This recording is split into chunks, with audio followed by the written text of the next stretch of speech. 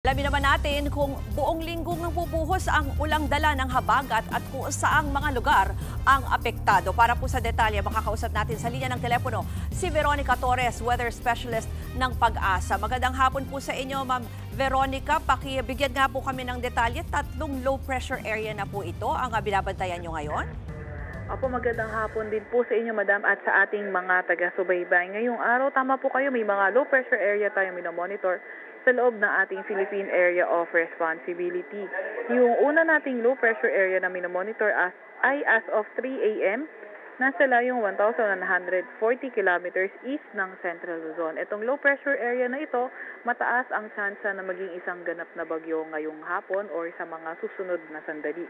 Isa namang low pressure area, huling namatan sa layong 370 kilometers east ng Calayan, Cagayan. Itong low pressure area naman na ito ay katamtaman ng tsansa na maging isang ganap na bagyo. Meron pa tayo isa pang low pressure area sa labas ng ating Philippine Area of Responsibility at ito ay may katamtamang tsansa or medium chance na maging isang bagyo pero mababa naman ang tsansa na pumasok ng ating Philippine Area of Responsibility. Yung mga low pressure area sa loob ng ating PAR ay mababa naman ang tsansa ng landfalling scenario pero posibleng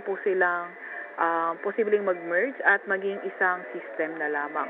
Para naman sa weather advisory, naglalabas po tayo ng weather advisory kung saan nakikita natin na more than 200 millimeters na pag-ulan ngayong araw hanggang bukas ng tanghali. Yan ay sa may lugar ng Zambales, Bataan, Metro Manila, Cavite, Batangas at Occidental Mindoro. 100 to 200 millimeters na mga pag-ulan sa may Pangasinan, Benguet, Tarlac, Pampanga, Bulacan, Laguna at Rizal at 50 to 100 millimeters sa Ilocos Norte, Ilocos Sur, La Union, Abra, Nueva Ecija, Quezon, Oriental Mindoro, Palawan, Marinduque, Romblon, Masbate, Sorsogon, Albay, Camarines Sur, Catanduanes, Antique, Iloilo, Guimaras at Negros Occidental. Baliban po sa weather advisory na nilalabas po ng Weather Forecasting Section, meron ding nilalabas na heavy rainfall warning ang National Capital Region.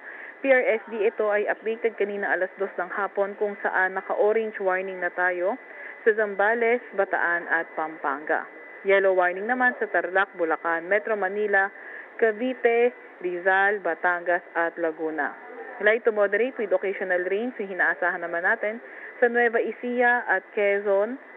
At yun nga po muna ang pinakahuli sa lagay na ating panahon. Mula sa Weather Forecasting Center ng Pag-asa, Veronica Torres. Veronica, balikan ko lang yung sinabi mong isang low pressure area sa may bahagi ng Central Luzon na posible ka mong maging bagyo ngayong hapon. Anong magiging epekto niyan? Mararamdaman na ba natin yung pag-ulan o papalakasin ba nito yung habagat?